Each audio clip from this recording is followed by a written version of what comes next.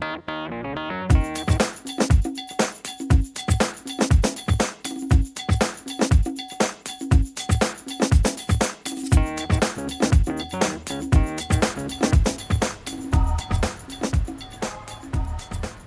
kids, today I'd like to talk to you about a serious issue facing our country, the epidemic of childhood obesity.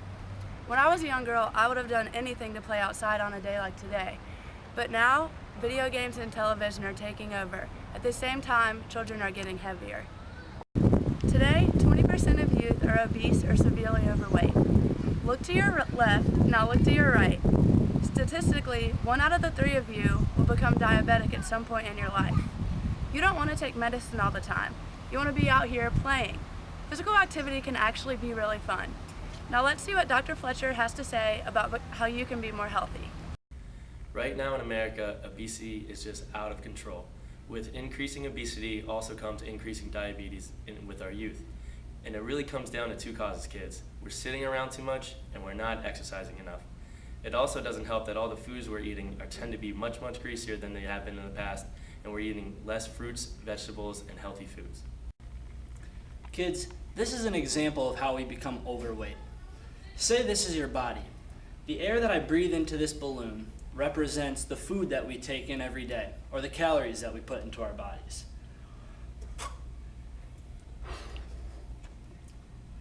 Now this is the same size as your regular body.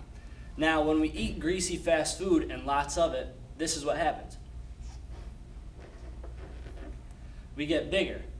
But if we do physical activity and exercise, things that make us sweat and breathe heavy, then slowly we're going to start to burn some of that right back off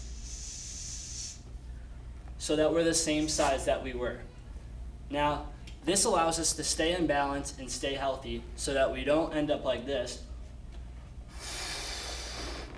Because when we end up like this and do no physical activity, we stay this way, and our bodies suffer because of it. When we get too heavy, our heart has to work extra hard to help us move around. But just like when we want to get our arms bigger and stronger, we have to do exercise to get our heart healthier and stronger. Riding bikes, playing basketball, doing all sorts of sports gets us to breathe faster. It makes our heart work harder and pump faster. By doing this, our heart is also getting stronger and healthier. It helps us to pump blood through our bodies more smoothly, and also helps us to burn off all the food that we might have eaten throughout the day.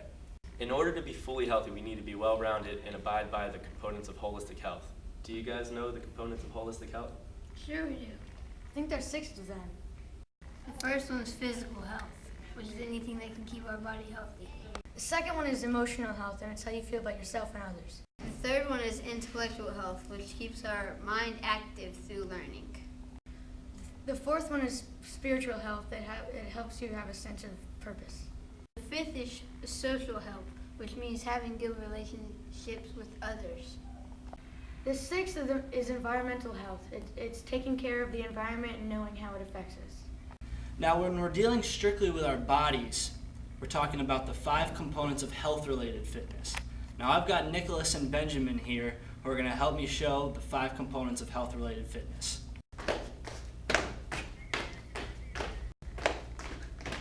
We have cardio, Respiratory, endurance, muscular strength,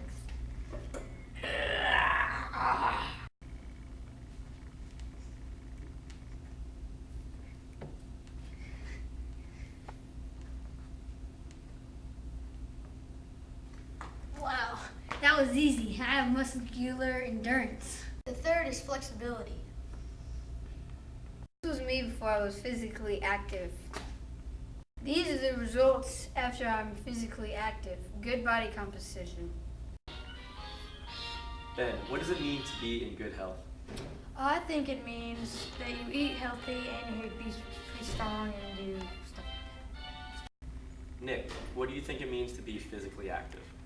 It means to do lots of sports and do physical moving and that kind of stuff, like working out.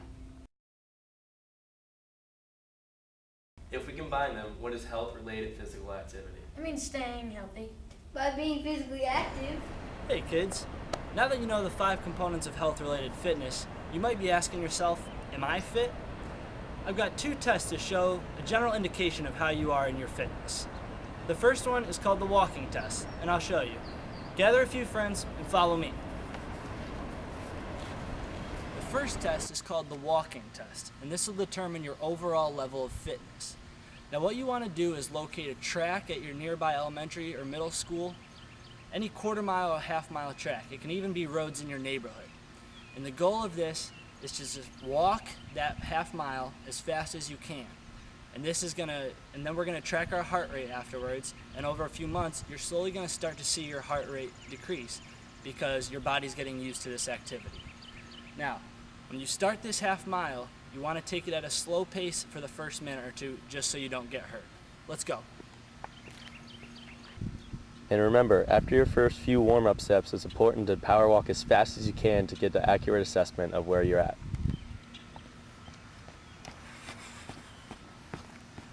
Another tool that can be used to judge your overall fitness is called the BMI, or Body Mass Index. This is where you take one's height and weight and then put it next to a chart that has all the relative heights and weights that tells you whether you're underweight, healthy weight, overweight, or obese. This is an example of a body mass index chart, which we just discussed. As you can see here, there's a bunch of weights on this part of the graph and then heights on this axis. What you do to figure out where your BMI is you take your height and your weight and see where they match up. So say you're 4'10" and weigh about 150 to 160 pounds. That would right now classify you in the obese area, and put you at a BMI of around 31 to 33. So you know that if you have a BMI of 31 to 33 that you are currently obese and you need to take measures to get that back to normal. The first recommendation is the most broad and the easiest to remember. Simply be active for 60 minutes every single day. So get outside and enjoy this. The first component of health-related fitness that we want to improve is our cardiorespiratory or aerobic endurance. Now, to achieve this, we need to perform vigorous physical activity for 20 to 60 minutes, 3 to 5 days a week. Vigorous physical activity is anything that results in large increases in heart rate or our breathing rate. This is anything that makes you sweat a lot, breathe heavily, and usually can involve a team sport like basketball, or running, or swimming, or biking. Anything that you kids like doing. We also don't want to forget about our muscular strength and endurance. Now there are certain recommendations for your parents and all adults who want to make their muscles bigger. But for kids specifically, you just need to incorporate muscle strengthening activities into your daily 60 minutes. And make sure you do this at least 3 days out of the week, and you'll start to see yourself getting bigger muscles. My final recommendation for you kids specifically is to focus on bone strength.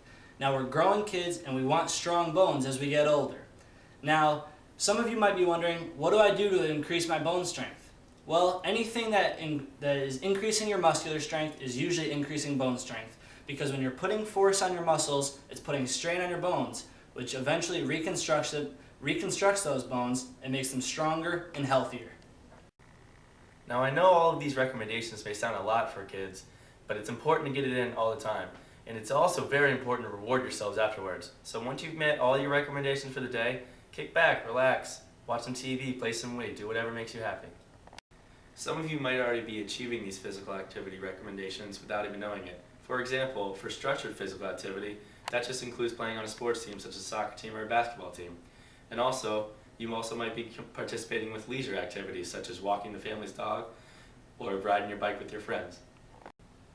Another way to achieve physical activity recommendations is by helping with household chores, such as helping your mom out with the laundry.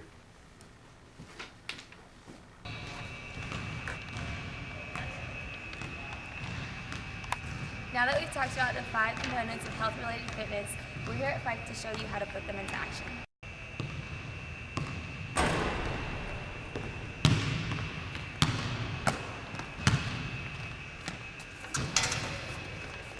Hey. Oh, hi. Would you mind introducing yourself and telling us the scientific guidelines you follow to be physically fit? The main physiological principles that I follow in my life are according to the FIT principle, and this stands for F-I-T-T. The F stands for frequency, and I try to get out here and play basketball with my friends around 3 or 4 days a week. For the intensity, I look at the clock or that's not for intensity, that's for time. For intensity, it's vigorous because I'm running up and down the court, I'm cutting, stopping, and sprinting, and so it's intense, it's vigorous physical activity. As for the T, time, I always look at the clock when I start, and I don't leave the gym until I've played for at least 35 or 40 minutes. And the final T is type, and that's just what I'm doing, playing basketball. Sounds good. Thank you.